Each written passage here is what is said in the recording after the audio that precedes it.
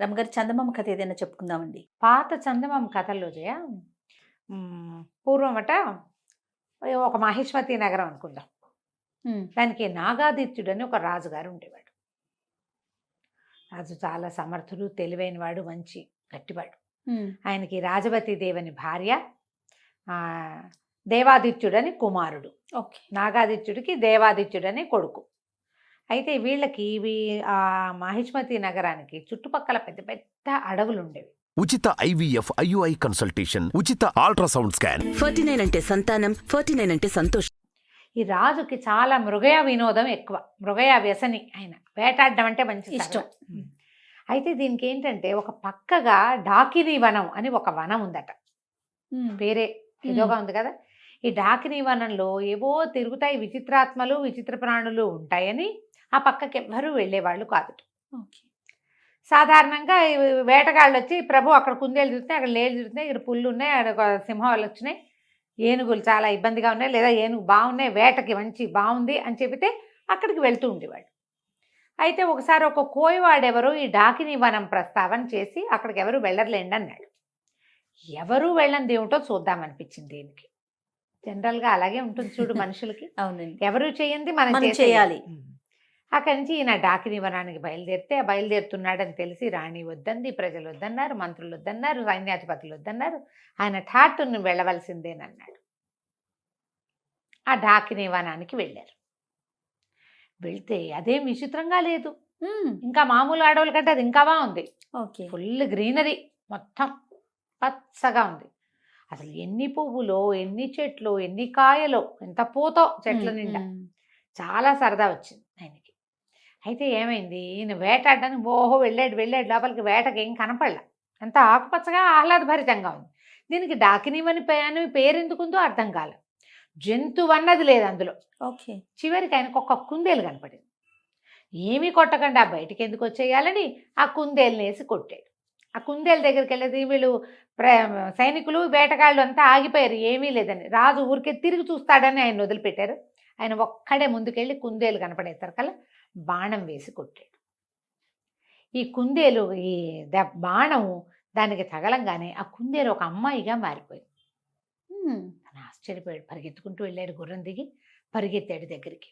తీరా చూస్తే ఆ బాణం పట్టుకుని కూర్చునింది ఒక అమ్మాయి అక్కడ.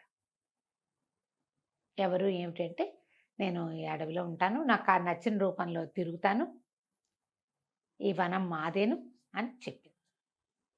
చెప్తే సరే ఆయన మైమరిచిపోయాడు ఆ అమ్మాయిని చూసి. ఆవిడ ఎంత అందంగా ఉందో, నాతో రా మా ఇంటికి రమ్మని అడిగాడు. అడిగితే సరే నన్ను వివాహం చేసుకుంటానంటే వస్తాను. బాగుంది. సురసుందరి ఆ అమ్మాయి పేరు. ఆ సురసుందరి పుట్టు పూర్వోత్తరము అడవిలో ఎందుకుంది, వాళ్ళ అమ్మ ఏంటి, నాన్నేది, అమ్మ నాన్న ఎక్కడన్నారు, అక్క చెల్లి ఉన్నారా, వీళ్ళకి రాజ్యం ఉందా లేదా, వీళ్ళు ఏం తిని బతుకుతారు, ఏమీ అడగల. పిల్ల నచ్చింది, వచ్చేయమన్నాడు, అంతే. అంతే. వచ్చేసింది. వచ్చాక అంగరంగ వైభవంగా పెళ్లి చేసుకున్నాడు. ఇక సురసుందరిదే లోకం. భార్య రాజవతీదేవి మొహం గిట్టడం మానేసింది ఆయనకి. గిట్టట్లేదు మొహం. పిల్లాన్ని చూస్తే విసుగు. ఒక 5-6 సంవత్సరాలు ఉన్నాయి. ఏమీ వాడి వైపు తలకాయ తిప్పి చూసేవాడు కాదు.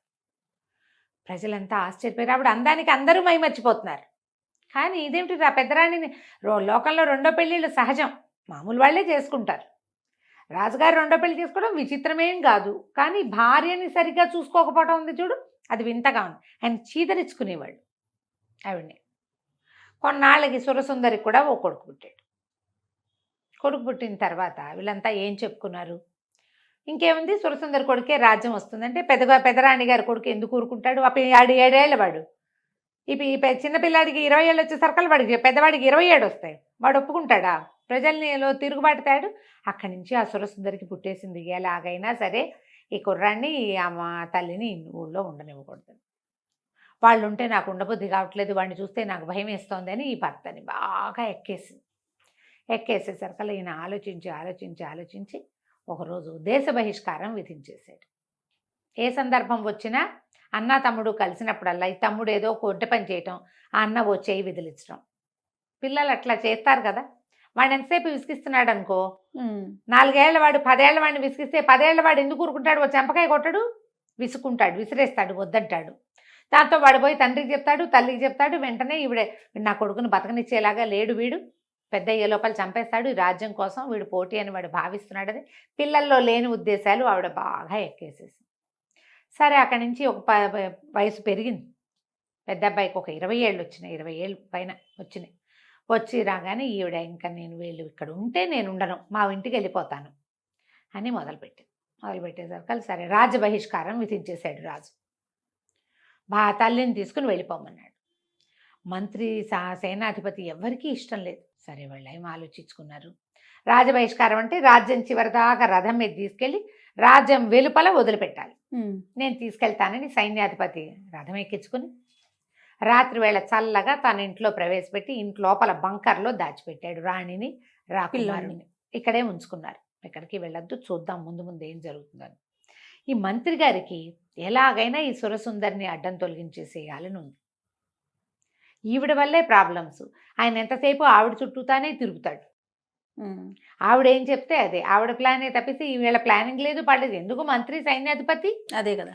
అయితే ఏం చేశాడు ఈయన, రహస్యంగా విషం పెట్టించాడు రాణిగారికి. ఆవిడ శుభ్రంగా విషం కలిపిన ఆహారం టకటకా తినేసింది, హాయిగా విహారం చేసి వెళ్ళి పడుకుంది. పొద్దున్న లేచి మళ్ళీ తయారైంది.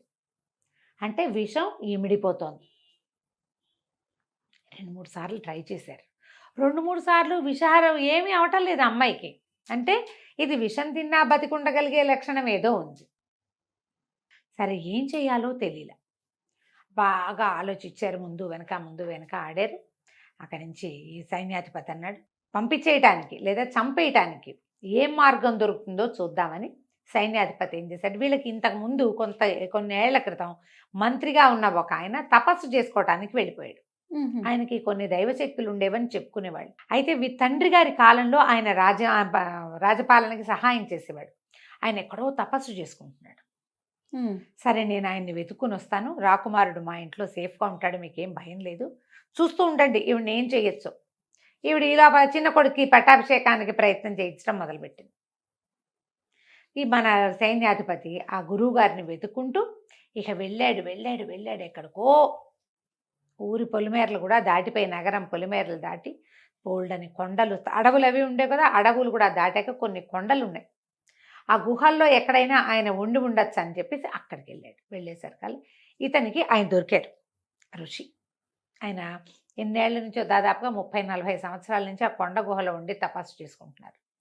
ఈ సైన్యాధిపతి చిన్న పిల్లాడప్పుడు ఆయన వెళ్ళిపోయాడు. కనిపించేసరికల్లా నేను వెళ్ళి ఆయన పాదాలు పట్టుకుని, స్వామి మీరు సహాయం చేయాలి, మహిష్మతి నగరం మట్టిలో కలిసిపోయేలాగా ఉంది. ఎవరో ఒక స్త్రీని రాజు ఢాకినీ వనం నుంచి తెచ్చాడు. అప్పటి నుంచి కష్టాలు మొదలైనాయి. రాణిగారి మొహం చూడలేదు, మరి రాకుమారుడి మొహము చూడలేదు. దేశ బహిష్కారం విధించేశాడు. వాళ్ళని నేను దాచిపెట్టాను. రాణికి విషం పెట్టినా ఆవిడ చావడం లేదు. ఏం జరుగుతుందో మాకు అర్థం కావట్లేదు, నగరం విధ్వంసం అయిపోయేలాగా ఉంది. సరే అక్కడి నుంచి ఏం చేశారు, ఈయన బాగా జ్ఞాన దృష్టితోటి ఆలోచించి ఏం చెప్పాడంటే, ఆమె నిజంగా ఢాకిని రాజుని వశం చేసుకుంది మంత్రశక్తితోటి. ఆయనకి భార్య కొడుకు అక్కర్లా, మీరు ఎవరేం చెప్పినా విండు, ఆవిడేం చెప్పినా వింటాడు. అదే జరుగుతోంది. ఈ అమ్మాయి ఏ డాకిని వనంలో ఇంచైతే ఈ అమ్మాయి ఇచ్చిందో ఆ డాకిని వనంలో ఒక పెద్ద చెట్టు ఉంది. 12 ఊడలున్న మర్రి చెట్టు. చాలా చెట్లు ఉన్నాయి అక్కడ. 12 ఊడలున్న మర్రి చెట్టుకు వెళ్ళాలి. ఆ మర్రి చెట్టు తొర్రలో ఒక వెండి దబ్బన ఉంటుంది. ఆ దబ్బనమే ఆ అమ్మాయిని చంపగలిగే శక్తి ఉన్నది. డాకిని చంపగలిగేదాన్ని వాళ్ళ ఆ వనంలో దాచిపెట్టి డాకిన్లందరూ దాన్ని కాపలా కాసుకుంటున్నారు. ఇన్నేళ్ల నుంచి ఎవ్వరూ ఆ వనంలో ప్రవేశించాల. రాజు అందులోకి వెళ్ళాడు, ఆమెకు వశమైపోయాడు. ఆ దబ్బనం తెచ్చి కాలు మీద, పాదం మీద పొడిస్తే చస్తుంది. అది ఎట్లా చేయాలి, ఎవరు చేయాలి? అక్కడి నుంచి ఇతను అన్నాడు, సరే ప్రయత్నం చేస్తా అని చెప్పి అక్కడి నుంచి బయటకు వచ్చాడు. వచ్చి ఇప్పుడు డాకిని వనం వెళ్ళాలంటే మొత్తం ఈ నడిచిందంతా మళ్ళీ వెనక్కి వెళ్ళాలా? అందులోకి వెళ్తే అక్కడ ఏం ప్రాబ్లమ్స్ వస్తాయో తెలియదు. సరే వెనక్కి వచ్చి మంత్రి గారికి ఈ విషయం చెప్పి సైన్యాధిపతే స్వయంగా డాకిని వనానికి వెళ్ళాడు. పగటిపూట వెళ్ళాడు. అది అమావాస్య కాకూడదు, మంగళవారం కాకూడదు, ఇట్లా మంచి రోజులు చూసుకుని. అవన్నీ కొత్త కొత్త సమస్యలు వస్తాయి. మంగళవారం కాకుండా అమావాస్య కాకుండా చూసుకుని వెళ్ళాడు.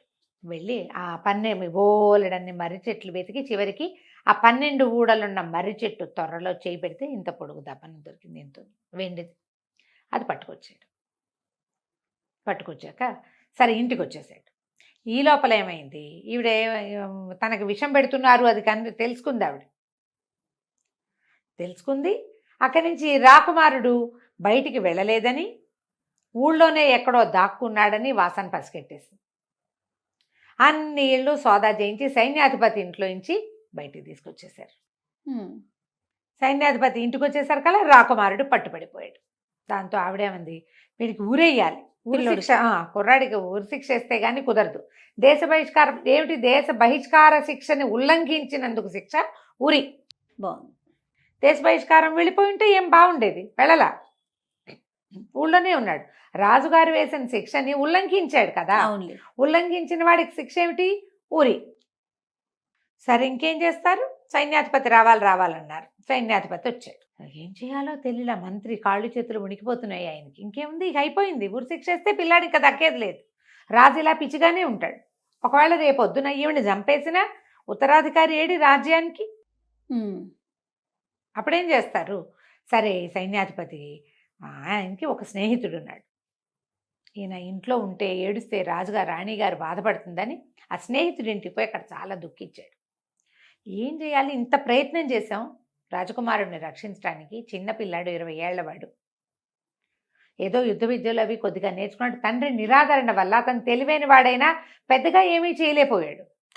మేము ట్రైనింగ్ తీర్చుకుంటే రాజుగారు అబ్బాయి రాజు అవుతాడు అనేసరికల్లా ఆ స్నేహితుడు, అతను ఒక మెజిషియన్, ఏమనాలి దాన్ని, మన ఇంద్రజాలిక, మంచి ఐడియాలు ఉన్నాయి. అతను అన్నాడు, ఈ సమస్య చాలా సులువుగా పరిష్కారం అవుతుంది, నేను చెప్తాను ఒక ఐడియా అని చెప్పి అతను ఒక ఐడియా ఇచ్చాడు సైన్యాధిపతి. అది వినంగానే సైన్యాధిపతి కళ్ళు తుడుచుకున్నాడు, పరిగెత్తుకుంటూ మంత్రి గారింటికి వెళ్ళాడు. ఉరి శిక్ష వేస్తామని, రేపేనని రాణిగారు స్వయంగా వచ్చి పర్యవేక్షించచ్చని చెప్పు. నా దగ్గర ఒక మంచి ఐడియా ఉంది, నా స్నేహితుడు ఇచ్చిన ఐడియా ప్రకారం ఇది వర్కౌట్ చేస్తే ఆవిడ పీడ విరగడవుతుంది. నేను దబ్బనని తెచ్చా, దాన్ని ఏం చేయాలో ఆ రోజు చేద్దాం అనేసరికల్లా 3 రోజుల్లో ముహూర్తం పెట్టారు. యువరాజుకి ఊరి శిక్ష. కొంతమంది ప్రజలు వాళ్ళు వీళ్ళు చేరారు. సైన్యాధిపతి మంత్రి ఏమన్నారంటే, ఇట్లా పెద్ద శిక్షను ఉల్లంఘించిన వాడిని మన రాజు రాణి సమక్షంలో తీయాలి, మీరు అక్కడ నుంచుంటే ఉరిదీస్తాం మీ ముందు అంటే ఈవిడ సంతోషించింది. తనకి రాజ్యానికి అడ్డం తొలగిపోతుంది, ఈ రాజ్యం అంతా ఢాకిని హస్తగతం అయిపోతుంది, అదే కదా కావాలి. సరే ఏం చేసింది, వచ్చి ఎదురుగుండా నిలబడింది. ఈ కుర్రాన్ని ఒక గోడ వారగా నిలబెట్టారు, ఒక గోడ దగ్గర నిలబెట్టారు. సరే ఏం చేశారు, ఇట్లా పైనుంచి వేళ్లాడేది కాకుండా అట్నుంచి పోతాడు ఇట్నుంచి పోతాడు, 2 తాళ్ళు మెడకేశారు. ఓకే, 2 తాళ్ళు మెడకి వేయబడి ఉన్నాయి. అటొకడు ఇటొకడు పట్టుకుని లాగుతారు ఊరేయటానికి అనమాట.